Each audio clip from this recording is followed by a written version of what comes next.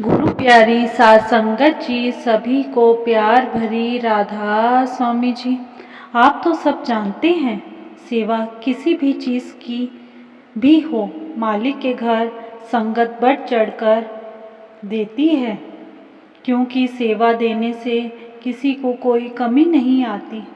वैसे ही आजकल गेहूं का सीज़न चल रहा है, तो बाबा जी के सत्संगी जैसे ही अपने घर के लिए गेहूं लेकर आते हैं, वैसे ही उसमें से 1 कट्टा या 2 कट्टा या जिसकी जितनी हैसियत है गेहूं सत्संग घर में दे देते हैं।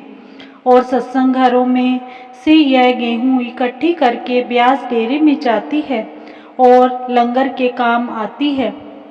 साध संगत जी, बाबा जी के सेवादार और संगत बढ़ चढ़कर इस सेवा में हिस्सा लेते हैं, ताकि हमारे घर में बाबा जी की दया मेहर और बरकत बनी रहे और किसी चीज़ की कमी ना रहे। वैसे हम उस दुनिया के मालिक को क्या दे सकते हैं? हम तो उसी के दिए में से ही थोड़ा सा गेहूं या पैसे सेवा में दे देते हैं और खुश हो जाते हैं कि मैंने कुछ कर दिया। हम आज आपको जो साखी सुनाने जा रहे हैं, वह साखी भी इसी गेहूं की सेवा पर आधारित है। एक सत्संगी परिवार था। वे सभी सत्संग जाते थे, सिमरन करते थे और सत्संग घर में सेवा भी करते थे। वह गेहूं के सीजन में हर बार सत्संग घर में 1 या 2 बोरी गेहूं दे देते थे। बाबा जी ने उनके घर में किसी चीज़ की कोई कमी नहीं रखी थी। घर धन धान्य से भरा हुआ था। कहें तो बाबा जी की फुल कृपा थी। जब वह सत्संग घर में सेवा के लिए गेहूं देने जाते थे, तो अपने बच्चों को भी साथ लेकर जाते थे, ताकि बच्चों को भी सेवा देने की आदत बनी रहे। एक दिन जब वह गेहूं की सेवा देने सत्संग घर जा रहे थे, तो उनके बेटे के दोस्त ने उससे पूछा कि तुम कहाँ पर जा रहे हो? तो उस लड़के ने कहा कि हम सत्संग घर में जा रहे हैं। तो वह भी उनके साथ सत्संग घर चला गया। जब उसने देखा कि यह यहाँ पर गेहूं की सेवा दे रहे हैं, तो उसने मन में कहा कि हम तो किसान हैं, हमारी भी फसल सतगुरु की दया से बहुत अच्छी हुई है, तो मैं भी सेवा के लिए 2 बोरी गेहूं यहाँ पर दे जाऊंगा। यह सब करवाने वाले तो बाबा जी ही हैं। 1-2 दिन के बाद उस किसान लड़के के पिता ने कहा, बेटा, खेतों में गेहूं कट गई है, यह ट्रॉली भरी पड़ी है, मैं थक गया हूँ, तू आज इसे मंडी में बेच आना। वह बोला, ठीक है पिताजी। वह सुबह नहा धोकर तैयार होकर जब मंडी जाने लगा, तो उसके मन में आया कि इसमें से 2 बोरी गेहूं पहले सत्संग घर में देकर फिर मंडी चला जाऊंगा। वह ट्रॉली लेकर सत्संग घर में पहुंचा, तो वहां पर कोई सेवादार नहीं था। तो उसने गेट पर बैठे एक बुजुर्ग सेवादार से कहा, अंकल जी, गेहूं देनी है। तो वह बोले, बेटा, अब तो कोई सेवादार यहाँ नहीं खड़ा, ऐसा करो तुम ही गेहूं उधर स्टोर में रख आओ। वह लड़का गेहूं की बोरी उठाकर स्टोर की तरफ चला गया। उसको वहाँ पर उसका एक कॉलेज का दोस्त सेवा करते हुए मिला, तो जो स्टोर में रखी गेहूं की बोरियां की गिनती कर रहा था, जो सेवा उसे सेक्रेटरी साहब ने दी थी। तो वह उसके साथ बातें करने लग गया।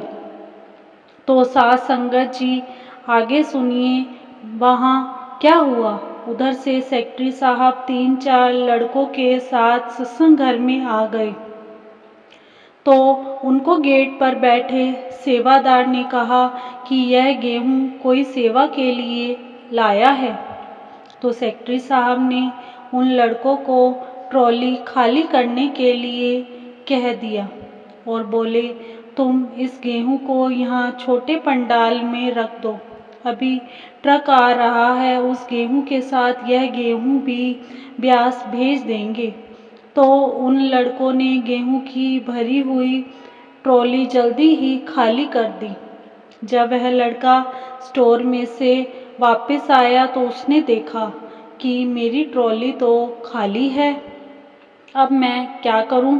तो वह चुपचाप ट्रॉली लेकर घर की ओर रवाना हो गया। मंडी तो तब जाता जब ट्रॉली में गेहूं होती।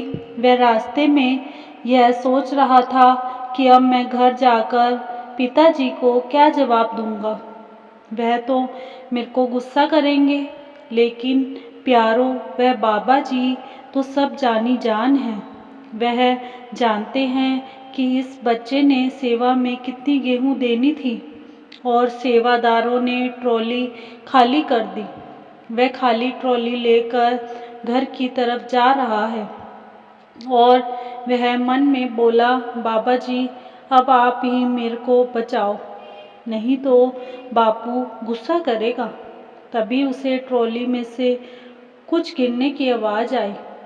तो उसने सोचा शायद किसी बच्चे ने पत्थर वगैरह मारा होगा। यह सब सोचते सोचते वह घर पहुंच गया। उसका बापू बाहर ही खड़ा था और बोला, बेच आया गेहूं मंडी में?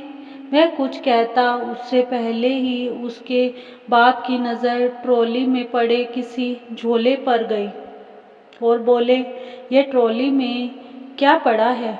जैसे ही उन्होंने आगे बढ़कर वह झोला उठाया तो झोले में काफ़ी सारे पैसे थे। वह बोले, किस रेट में बेच कर आया है गेहूं? वह बोला, बापू आप अंदर चलो, मैं आपको सब कुछ बताता हूँ। वह अंदर गए तो लड़के ने उनको सत्संग घर की सारी बात बताई कि ऐसे ऐसे मैं तो 2 बोरी गेहूं देने के लिए सत्संग घर में गया था। वहाँ मुझे मेरा कॉलेज का दोस्त मिल गया और मैं उससे बातें करने लग गया और जब मैं वापस ट्रॉली के पास आया तो ट्रॉली खाली थी। मैंने किसी को कुछ नहीं कहा, वहाँ से चुपचाप ट्रॉली लेकर वापस आ गया। रास्ते में मुझे कुछ गिरने की आवाज़ तो आई, लेकिन मैं परेशान था, इसीलिए मैंने कुछ भी नहीं देखा और सीधा घर आ गया। बाकी सब आपके सामने है। जब उसके बापू ने पैसे गिने तो उनकी फसल से कई गुना ज़्यादा पैसे थे, क्योंकि बाबा जी किसी का कुछ भी हक नहीं रखते, कई गुना बढ़ा चढ़ा कर देते हैं। घर के सभी लोग बाबा जी का शुक्र शुक्र करने लगे और बापू ने अपने बेटे से कहा कि जब भी हमारी फसल खेत से आएगी हम भी आगे से हमेशा सत्संग घर में अवश्य देकर आएंगे और इस भंडारे पर हम सब ब्यास भी चलेंगे। इसी के साथ इजाज़त चाहते हैं, मिलते हैं अगली साखी में। तब तक के लिए राधा स्वामी जी। अगर साखी अच्छी लगी हो तो कमेंट बॉक्स में राधा स्वामी अवश्य लिखें जी। राधा स्वामी जी।